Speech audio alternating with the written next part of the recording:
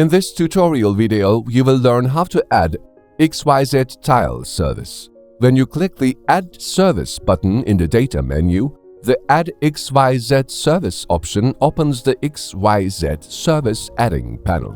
In the Open panel, layer name, URL address, additional parameters, if any, and minimum/maximum zoom level information are filled. Later, when the Add button is clicked, the XYZ service is added to the map as a layer. The added layer is listed in the layer box.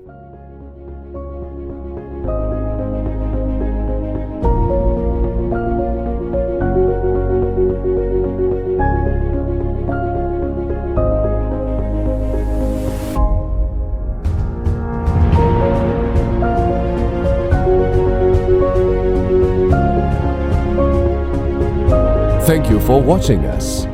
Don't forget to follow us to be updated for recent developments. You may continue to next tutorial video.